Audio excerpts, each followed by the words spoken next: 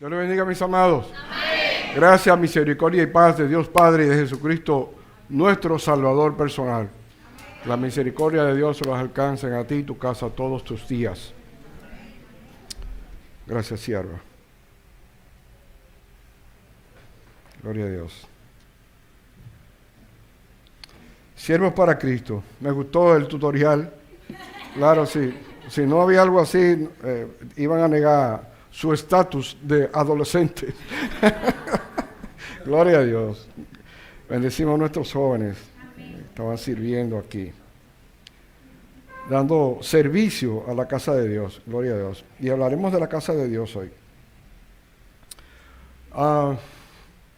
Vamos a predicar en esta mañana bajo el título de La obediencia a Dios es total y cuidadosa. Todos sabemos que debemos obedecer y todos en sentido general entendemos que obedecemos, pero ¿obedecemos de manera total? ¿Obedecemos como Dios espera que lo hagamos? ¿O lo hacemos de manera parcial, o cuando nos conviene, cuando tenemos tiempo, cuando obedece a nuestros proyectos personales? Y a veces hasta eso nos hace a nosotros no cumplir con esos requisitos, podría decir, de que la obediencia a Dios debe ser total y cuidadosa. Con cuidadosa me refiero a que debemos cuidar los detalles, porque no solamente es que tú obedezcas, sino el cómo tú obedezcas a Dios. Aleluya. ¿Se entiende eso? No es ser eficiente, sino ser eficaz. Tú puedes decir, yo amo a Dios, y tú amas a Dios, y tú oras, y lees la palabra, te sabes la palabra, pero eres una persona que vive como te da la gana, no de acuerdo a lo que dice la palabra de Dios. Entonces tú puedes decir, bueno, y sí, yo creo en Dios, yo amo a Dios, pero lo estás haciendo de manera parcial, no hay obediencia, o la obediencia es parcial. ¿Se explica? Eso se entiende. En la Biblia hay algunos personajes famosos, muy famosos, que cometieron el error de obedecer o no obedecer a Dios, de obedecer a Dios de manera parcial, y tuvieron consecuencias y acarrearon consecuencias para el resto de la humanidad. Y empezamos por Adán y Eva. A ellos se les dio unas instrucciones específicas, precisas y concisas. Ahí no había perdedera. Ahí no era que no, que yo no, que si era de este, que si era que no, de ese, mira, de ese. Y era el único. De ese árbol no comerás. Amén. Ahí no había perdedera. El árbol, no comerás del fruto del árbol de la ciencia del bien y del mal. ¿Y qué pasó? Comieron. Desobedecieron a Dios. Pero, y lo hicieron de manera parcial, porque no fue que desobedecieron a Dios, dijeron, ok, nosotros vamos a hacer esto y no queremos saber más de Dios. O sea, como que usted comete un pecado y usted dice, ok, ya no quiero saber más de Dios, no vuelvo a la iglesia, y usted se va por ahí. No, se quedaron ahí. Cuando Dios lo llama, no, ¿y qué tú haces? No, que estoy desnudo. ¿Y cómo tú sabes que estás desnudo? Pues tú antes no lo sabías. ¿Y qué fue? Que pequé, comí de lo que tú me dijiste que no comiera. Y la consecuencia, dicho así, ¿verdad? Dice, ok, pero ¿y las consecuencias? ¿Cuántos siglos tiene la humanidad? Y usted sabe qué acarreó ese pecado para todos nosotros hasta el día de hoy, hasta el sol de hoy. Sufrimiento, muerte y enfermedad. Porque por ese pecado de Adán y Eva nos cayó a nosotros la enfermedad y la muerte. esa maldición para nosotros. Y vivimos a partir de ahí con lo que hemos hablado mucho y seguiremos hablando hasta que Cristo venga o nos mande a buscar. Hemos hablado mucho de la naturaleza pecaminosa o nuestra propia concupiscencia. La naturaleza pecaminosa del hombre, a partir de ahí, que nacemos entonces con esa inclinación al pecado. Y eso es consecuencia del pecado de Adán y Eva, por tener una obediencia parcial. Otro personaje famoso fue Moisés. Moisés, entre todas las cosas, entre todas las instrucciones, porque es un asunto, se trata de instrucciones, de obedecer instrucciones. Y la Biblia está llena de Génesis hasta el Apocalipsis, de instrucciones de cómo vivir. Por eso yo le he llamado el manual del usuario del ser humano, de cómo vivir. Y le explico una vez más, cuando usted compra un televisor o un celular, eso viene con un librito. Cuando usted compra un mueble desarmado, valga la cuña, a la compañía sueca que vende muebles, viene con un librito. Y el mueble más sencillo que ellos venden viene con un librito, aunque sea de una hoja. Viene así, como una servilleta. Así. Por aquí te dice una cosa, por aquí otra y por aquí otra. Y te dice las instrucciones de cómo tú armar ese mueble. Si tú te pones a armarlo, porque tú eres un matatán, cuando tú vienes a ver sobre un tornillo, una junta, y tú dices, ¿qué fue? No leíste el manual. Tan simple como ese.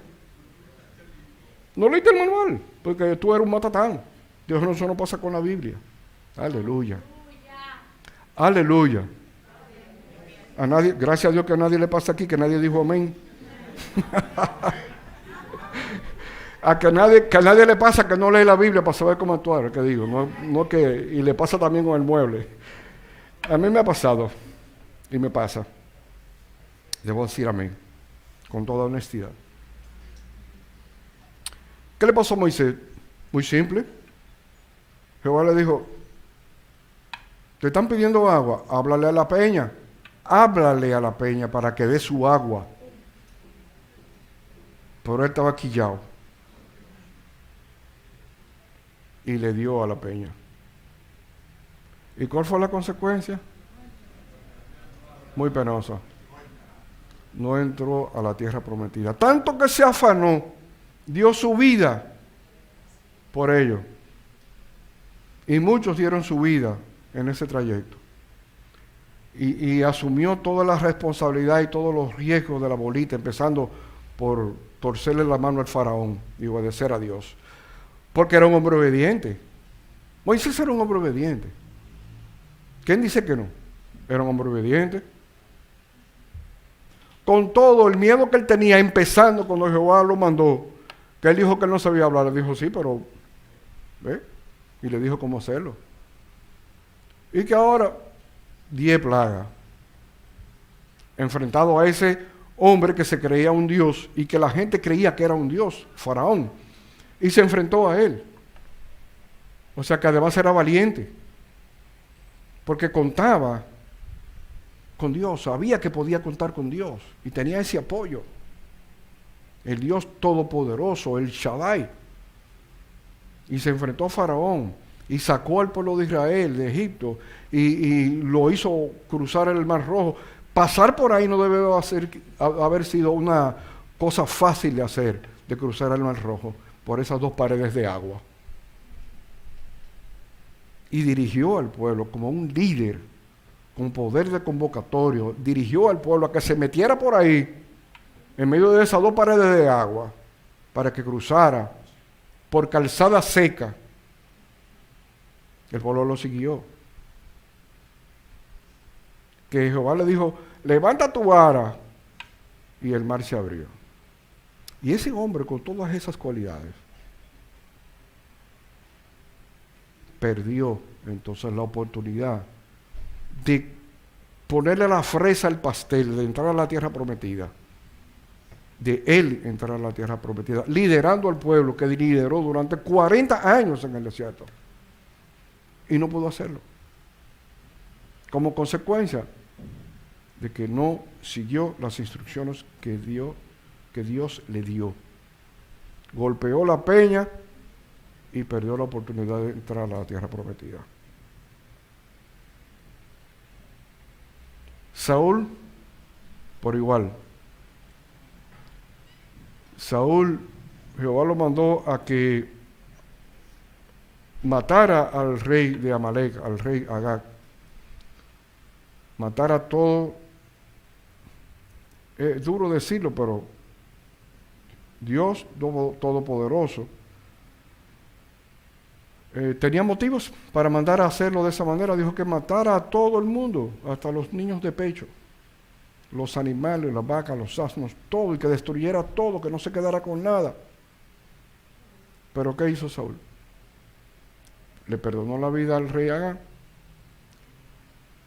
y se quedó con las mejores vacas y los tesoros. Desobedeció. Entonces después estaba justificándose. Y hay una enseñanza muy poderosa en eso. Cuando él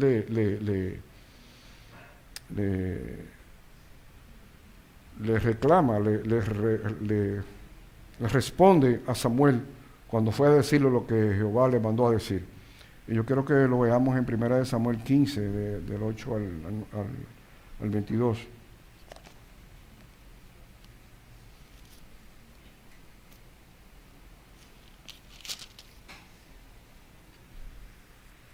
Cuando Saúl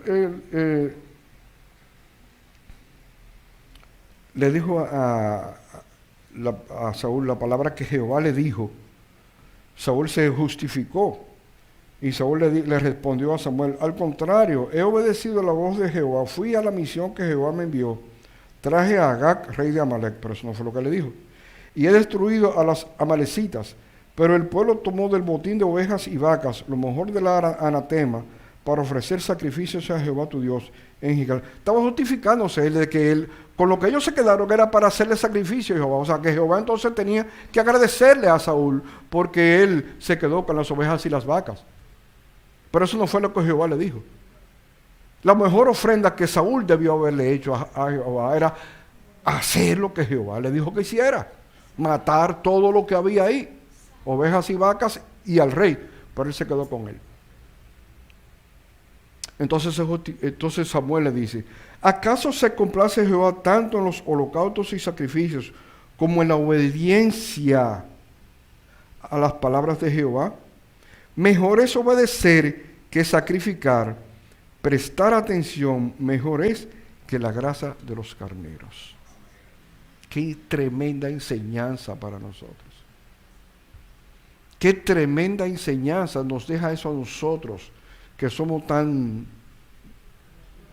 cacones, desobedientes, cacoduros, testarudos, somos como mulas, nos dicen la cosa y nos dicen la cosa, y qué por aquí, pero nosotros queremos coger por acá, porque es por ahí que queremos, porque por ahí que nos conviene, porque por ahí que entendemos que eso responde a nuestros proyectos personales. Y oiga, mi amigo, usted podrá tener los proyectos personales que usted entiende que le agradan a Dios, que puede ser que eso sea lo que le vaya a agradar a Dios, pero si Dios no le dijo que era el momento, el lugar y la forma, está desobedeciendo. Está desobedeciendo. Porque Saúl entendía que con eso él agradaba a Dios. Saúl entendía que quedándose con el ganado para sacrificarlo en holocausto a Jehová, él entendía que agradaba a Jehová. Pero eso no fue lo que Jehová le dijo que hiciera. Y eso no pasa mucho a nosotros, que Jehová nos manda a hacer cosas. Nos manda hasta a esperar. A esperar. Cuando usted está orando y no obtiene respuesta de Jehová, te está diciendo: espérate. Él no tiene que darte explicación de por qué, que si no es tu tiempo, que si tú todavía no, que si es el otro. No, nada. Es que tú lo que tienes que hacer es esperar. Si Jehová te dijo que no, que no. Si te dijo que sí, que sí. Si te dije muévete, muévete. Pero si no te dice nada, espérate. Pero no queremos hacerlo, no esperamos. Arrancamos ahí. Como usted ha visto los caballos de coche. Los caballos de coche se conoce poco, pero le ponen dos cosas aquí. O sea, como la gente que tiene la glaucoma, que solamente tiene visión así profunda y no ve nada a los lados. Y coge por ahí Por eso es que dicen como un caballo, como un mulo, que no ve para los lados, sino que coge por ahí derecho.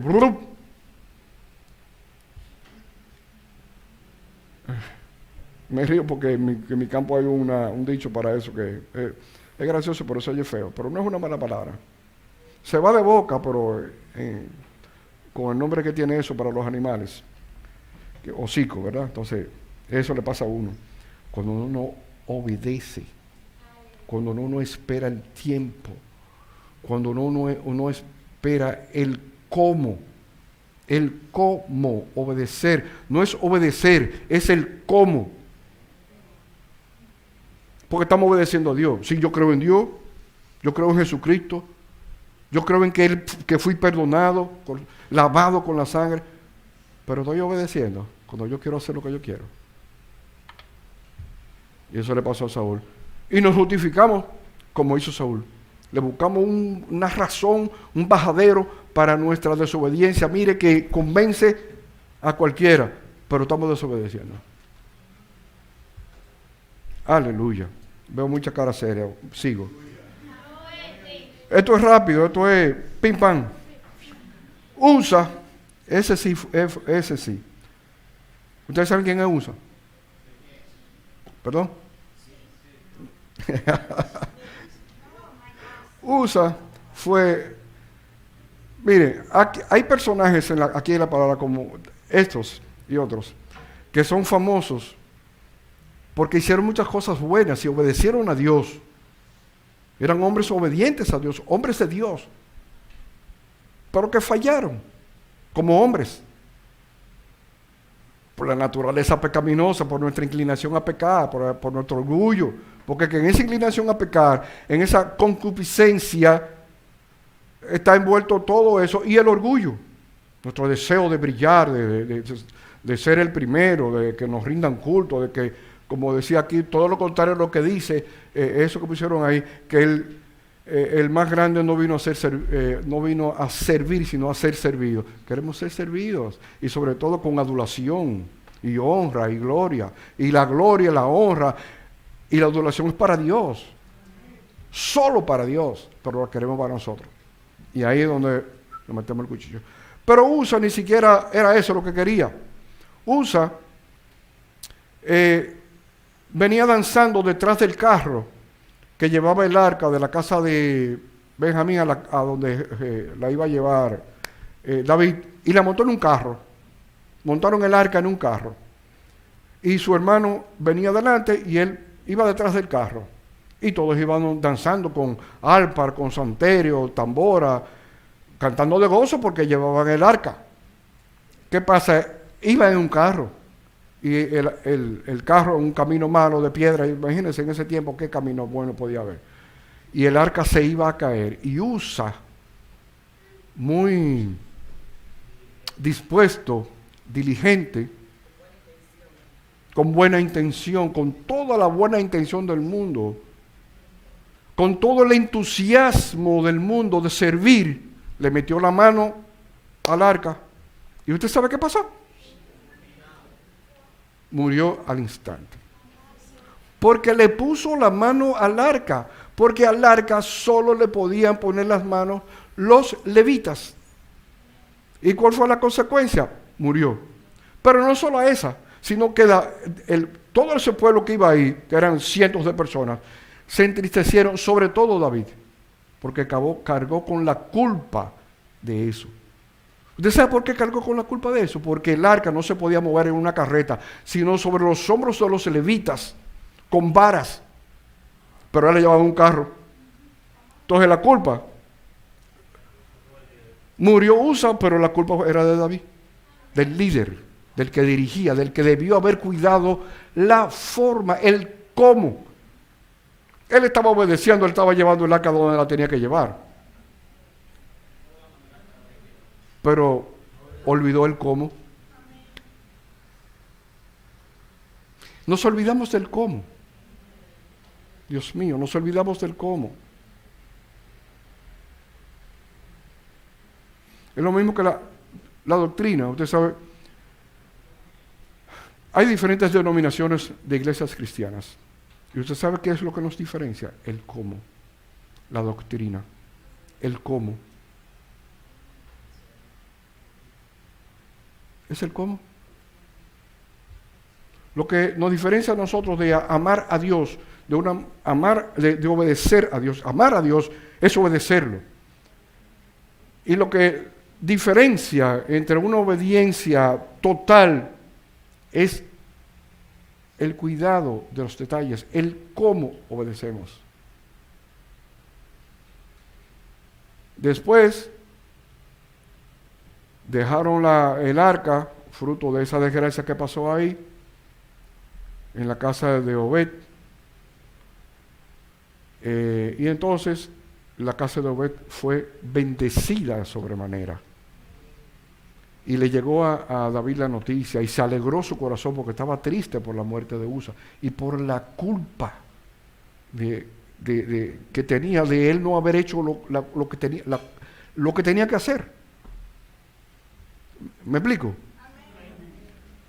Entonces se alegró. Entonces ahí fueron a buscar el arca y se la llevaron al pueblo de David. Y entonces ahí sí la llevaban los levitas. Ahí sí. Así es, después del tablazo. Pero después del palo dado ni lo quita, porque Usa estaba muerto. Usa seguía muerto. Y le enseñó a todo el pueblo, porque sabemos que Dios es misericordioso y su característica principal es amor. Pero tiene los ojos pesados. Si tú lo desobedeces, te perdona si te arrepientes, pero las consecuencias van. Las consecuencias van.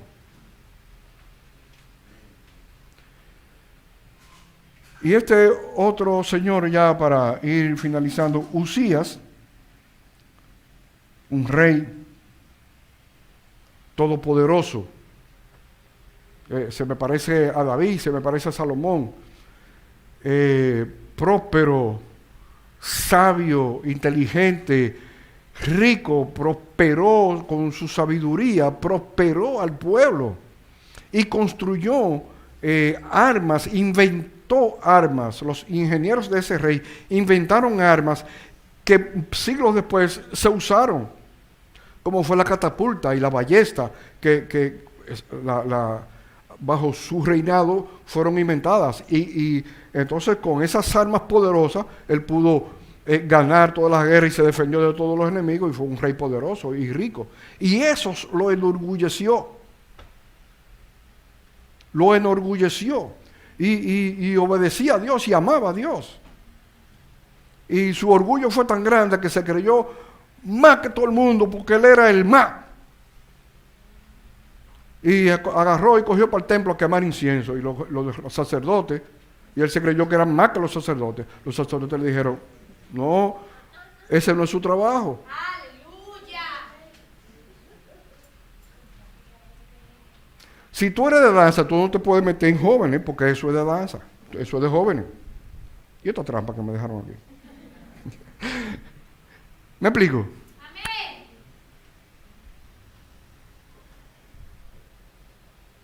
Si te mandaron a abrir la puerta del baño, no cojas para la puerta de adelante, que ese no es tu trabajo. Usted sabe lo que eso significa en el mundo espiritual.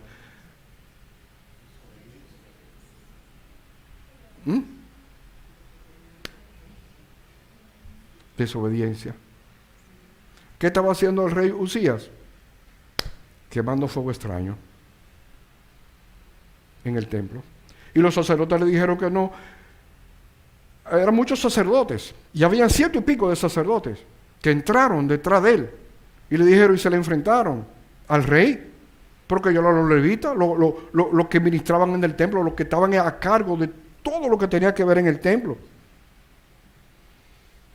Ya vimos que desde cargar el arca y ponerla en su sitio y hacer todo lo que había que hacer en el templo, pero no les correspondía más nadie, ni siquiera al rey.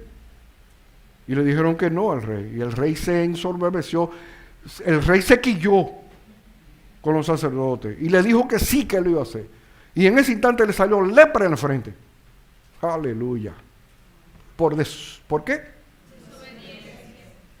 Y por ser iracundo, orgulloso, prepotente, por ser una persona sin juicio. Perdió el buen juicio porque ese trabajo es de los sacerdotes. Usted no se podía poner a abrir la puerta allá adelante, porque ese es el trabajo de los ujieres.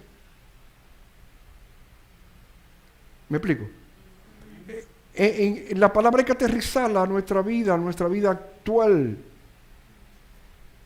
Usted no puede coger, porque que se quedaron los diezmos y ofrendas ahí en el alfolí, y coger y que lo contar. No, hay una gente que está destinada para eso.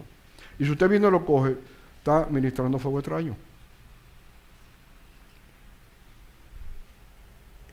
Y fíjese, todo el que hizo algo que no debió haber hecho y que lo hizo con las mejores y buenas intenciones, tuvieron una consecuencia gravísima. La enseñanza de USA, que el entusiasmo debe ser acompañado por la obediencia, porque tú te entusiasmes, porque tú veas que está pasando, ¿eso de Lugiere?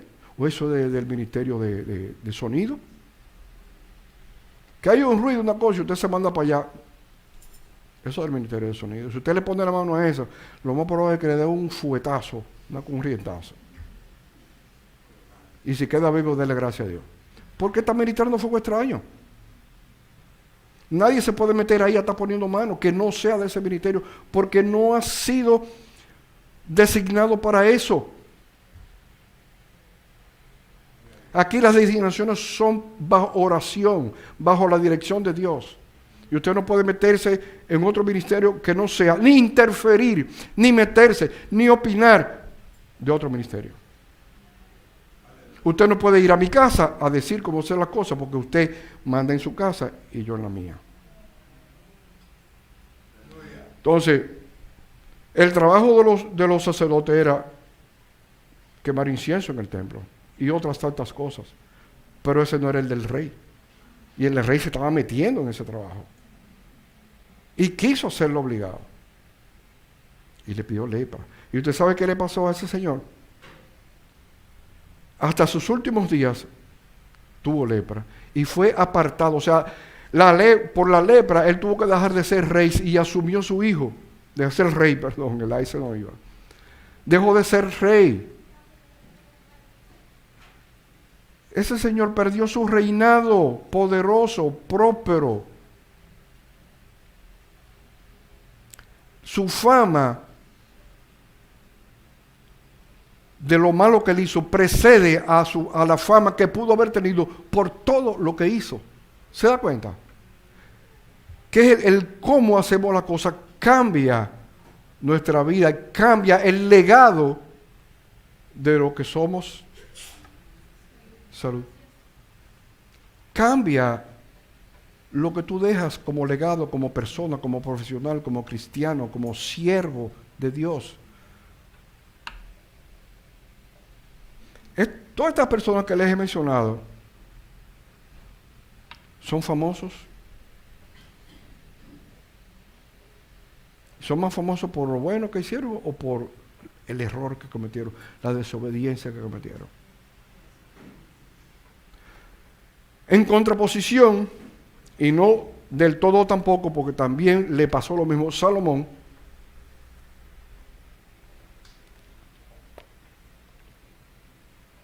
fue un hombre que obedeció, pero lo traigo a colación porque fue un hombre que obedeció las instrucciones de Dios para construir el templo al pie de la letra. Todos sabemos que David su padre quería hacerle casa a Jehová, hacerle un templo, y Jehová no se lo permitió, pero le permitió que juntara todos los materiales. Y aparte de eso, le dio las instrucciones de cada cosa, de cómo debía construirse y a dónde debía ir. El tamaño, ancho, largo, fondo, longitud, latitud, todo. Todos los detalles del templo se lo dio. pero le dijo que no se lo iba a construir, y entonces le dijo a David que su hijo iba a construir el templo, y por ser el hombre que le había servido, nunca iba a faltar una gente en el trono de Israel que no fuera de la casa de David. Gloria a Dios. Y Salomón, conocemos la historia de Salomón, le pidió la sabiduría, más que nada, más que riqueza.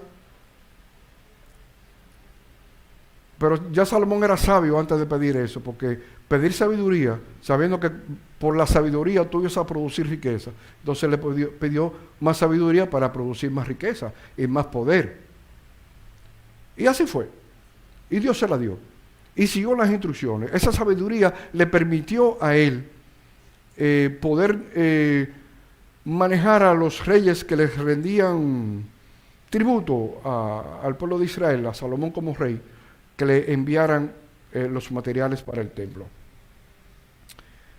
Y siguió las instrucciones al pie de la letra. Y le agradó a Dios. Porque ese hombre sí estaba cumpliendo instrucciones al pie de la letra. Y sí se postró delante de Dios. Para no cansar la historia, para hacerlo un poquito rápido,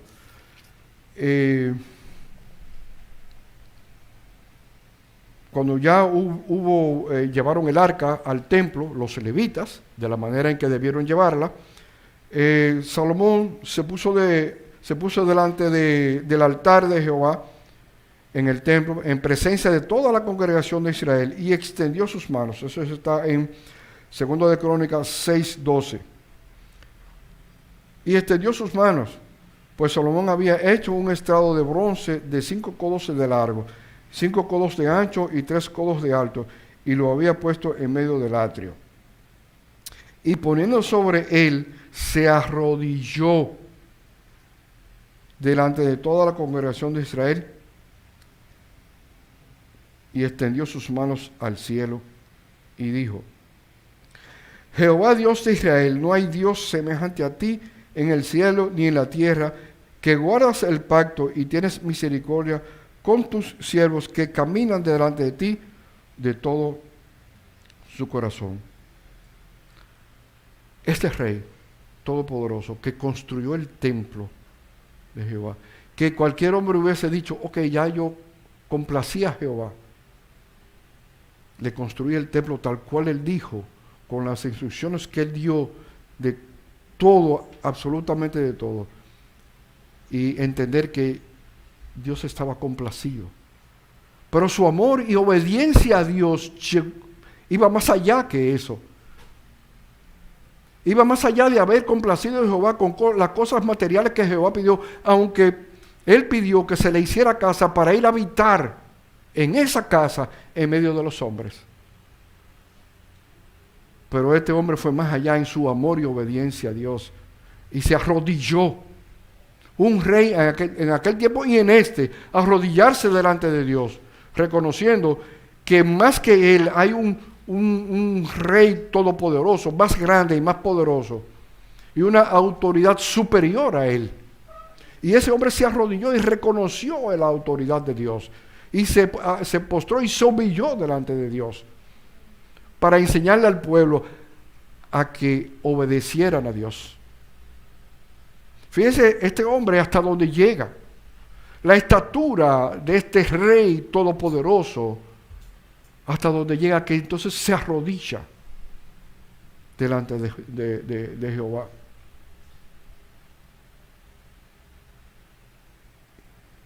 Se arrodilla y se humilla delante de esa autoridad superior, delante de un rey supremo, a él mismo, a su propia autoridad, para enseñarle al pueblo a adorar a Dios, al Rey de Reyes y Señor de Señores. Pero Salomón también, posteriormente, ¿qué hizo? Falló. Empezó a adorar dioses paganos y a atender mujeres de las que no se les estaba permitida, y le falló a Dios.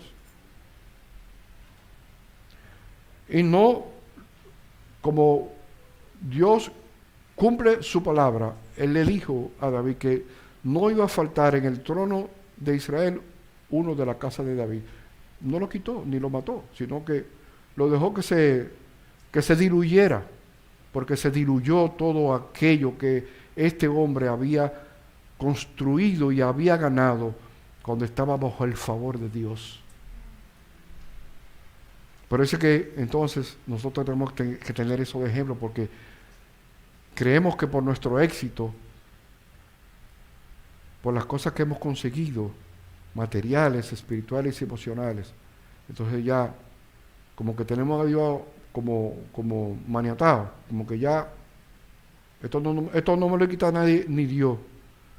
Y nos equivocamos, porque sí, Dios. Dice la palabra que Dios da y Dios quita. Le quitó la fama porque quedó como, después que estaba en la cúspide, es como los peloteros que después que llegan a la cúspide, 700 honrones, y entonces siguen de ridículo, y entonces pasan una temporada y dan 3, y entonces retírese a tiempo. Pero no, ¿qué le pasó a Salomón? Le pasó así. Empezó a bajar y a declinar su fama, su poder, su grandeza.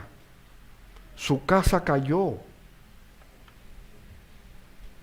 Pero, mientras tanto, en este capítulo de la vida, Salomón le decía, porque Dios le pidió a David que le hiciera casa para él habitar en medio de los hombres, o sea, para que la presencia de Dios estuviese ahí donde la gente fuera a orar, a clamar delante de Dios, en el templo, delante del lugar santísimo, que la gente fuera a clamar y a hacer los sacrificios y holocaustos. Y Salomón le decía, pero es verdad que Dios habitará con el hombre en la tierra. Si los cielos y los cielos de los cielos no te pueden contener, cuanto menos esta casa que te he edificado. Pero tú mirarás a la oración de tu siervo y a su ruego, Jehová Dios mío, para oír el clamor y la oración con que tu siervo ora delante de ti. Que tus ojos estén abiertos sobre esta casa de día y de noche, sobre el lugar del cual dijiste, mi nombre estará allí. Escucha la oración con que tu siervo ora en este lugar. Asimismo, escucha el ruego de tu siervo y de tu pueblo Israel.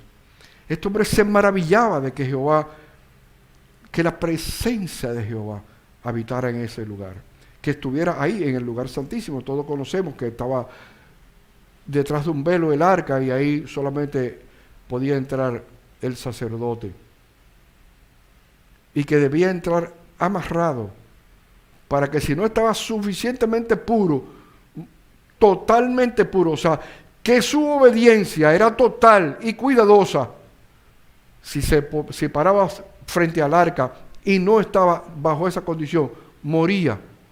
Y como más nadie podía entrar, entonces los jalaban. Cuando sentían que no, porque ellos tenían una campanilla en los tobillos, entonces lo jalaban, el cadáver, porque ese hombre se atrevió a postrarse, a entrar delante de la presencia de Dios, sin estar puro. Y nosotros, que estamos delante de la presencia de Dios todo el tiempo, porque Cristo cuando murió, yo no sé si ustedes saben o se acuerdan, que cuando Él murió se rompió el velo para que nosotros tuviéramos acceso directo a la presencia de Dios. O sea que siempre tenemos acceso directo a la presencia de Dios. Y su presencia habita en este lugar. Pero tenemos presencia, nosotros podemos estar delante de la presencia de Dios. Y nosotros estamos puros para estar delante de la presencia de Dios.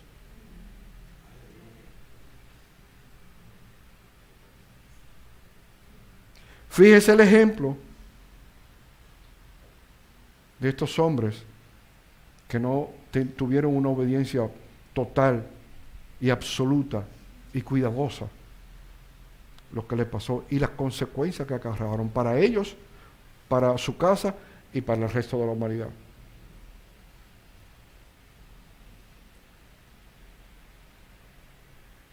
Hay que cuidar nuestra obediencia, tenemos que cuidar nuestra vida, lo que siempre predicamos por acá, el reflejar a Cristo, el reflejar a Cristo con nuestro testimonio. ¿Le estás obedeciendo de manera total?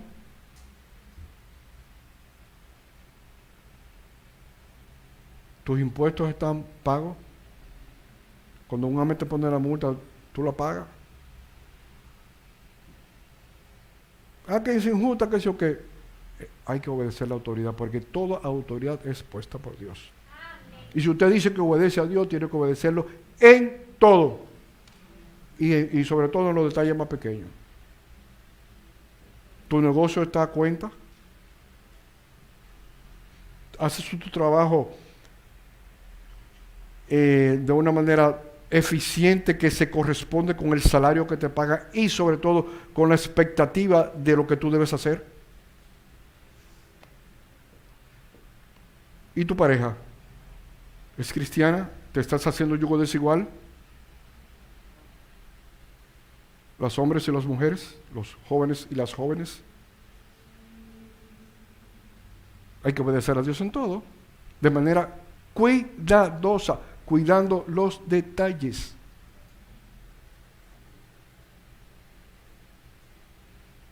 ¿Te circunscribes al ministerio que tienes? ¿O te estás deslizando? Uzía le dio lepra. Yo no osaría meterme en el ministerio de nadie, ni en el trabajo de nadie, ni en la casa de nadie, ni en las responsabilidades de nadie, porque no es mi trabajo.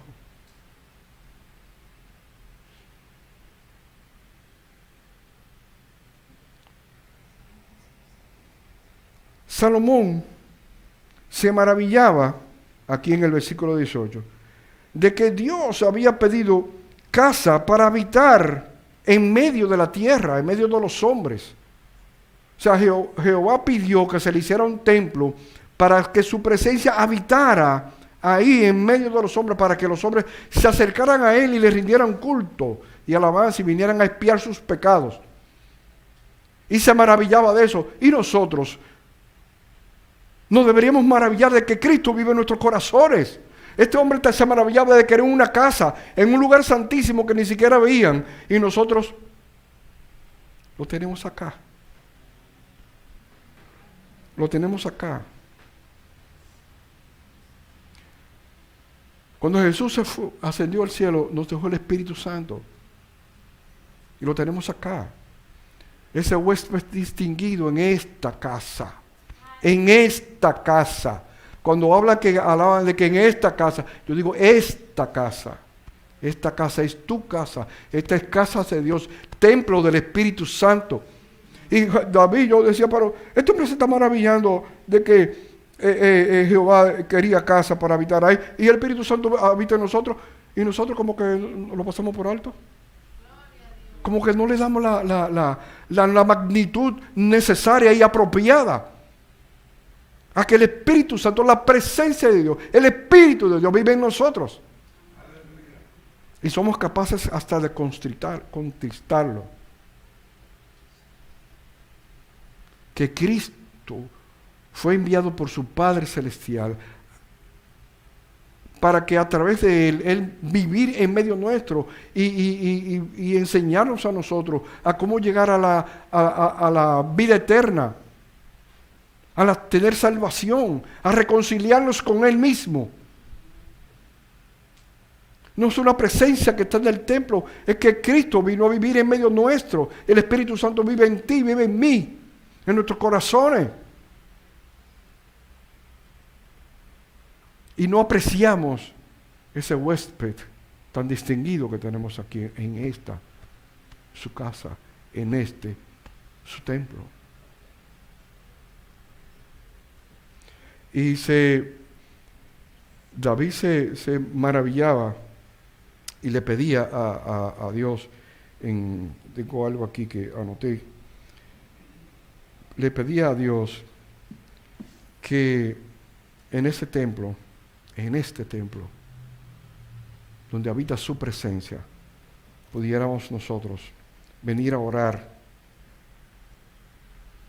que viniéramos a orar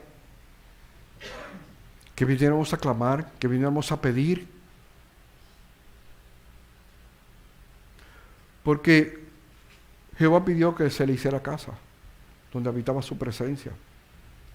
Pero era un Dios es un Dios todopoderoso. ¿Por qué necesitaba casa? ¿Por qué necesitaba un lugar donde la gente fuera y se reuniera? ¿Por qué necesitó que se le hiciera un templo de la magnitud que se hizo? Porque las medidas de ese templo eran colosales. Porque iba todo el pueblo a adorar a Dios y a rendirle culto. Y nosotros tenemos un templo aquí en la medida de nosotros. Hay muchos, miles, cientos de miles de templos en la medida de cada congregación, donde está la presencia de Jehová, donde Él dice que habita, donde Él espera que nosotros vayamos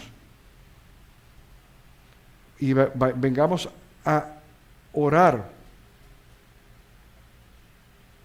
para que Él escuche nuestras oraciones, para que Él nos guarde, para que nos cuide. Que nosotros vengamos, y a propósito de esta oración famosa, que está aquí mismo en 2 de Crónicas 7:14, que dice, si se humilla mi pueblo, o sea, si nosotros nos humillamos, ¿qué hizo Salomón, ese rey todopoderoso? Se arrodilló, se humilló delante de Jehová. Y buscamos a Jehová de corazón. O sea, buscarlo significa conocer de Él, leer su palabra. Y lo buscan y se arrepienten nos arrepentimos de nuestros pecados. Y nos arrepentimos de nuestros pecados.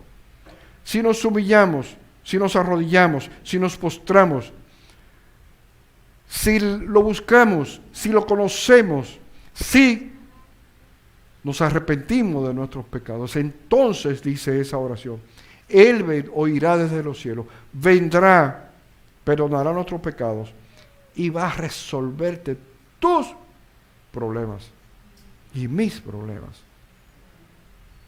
En la medida en que tú seas obediente, en la medida en que tú cuides tu obediencia, en la medida en que tú creas que Él sí realmente es un Dios todopoderoso y que tú lo demuestres, no que andemos por ahí como que nosotros nada.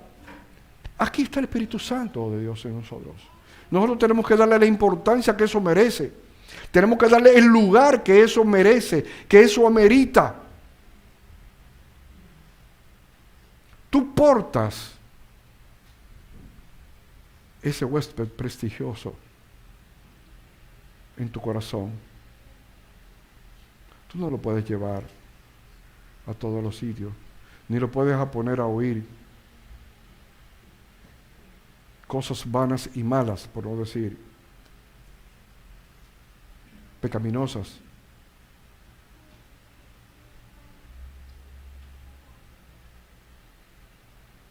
Tú no puedes ponerlo a ver cosas que no debes ver, vergonzosas, aberrantes. Tenemos que cuidar nuestra obediencia. Tenemos que cuidar el cómo obedecemos. Los detalles pequeños, la letrica pequeña de los contratos son las que nos hacen a nosotros meternos en problemas. Porque nos cuidamos de no fornicar, de no matar, de no robar. Pero ¿y las otras cosas? ¿Las estamos obedeciendo? Estamos desobedeciendo igual con las cosas grandes y las cosas pequeñas. Con la mentira piadosa y la mentirita blanca, estamos desobedeciendo igual que si cometemos adulterio.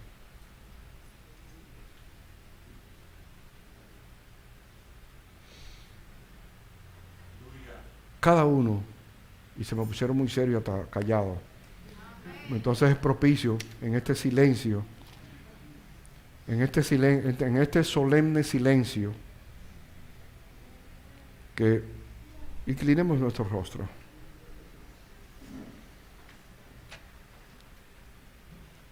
Y hagamos una análisis, una revisión rápida de en qué estamos desobedeciendo.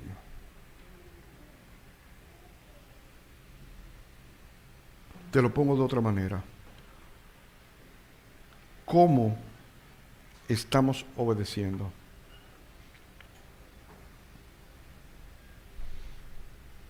Lo que hacemos y el cómo hacemos, ¿le agrada a Dios?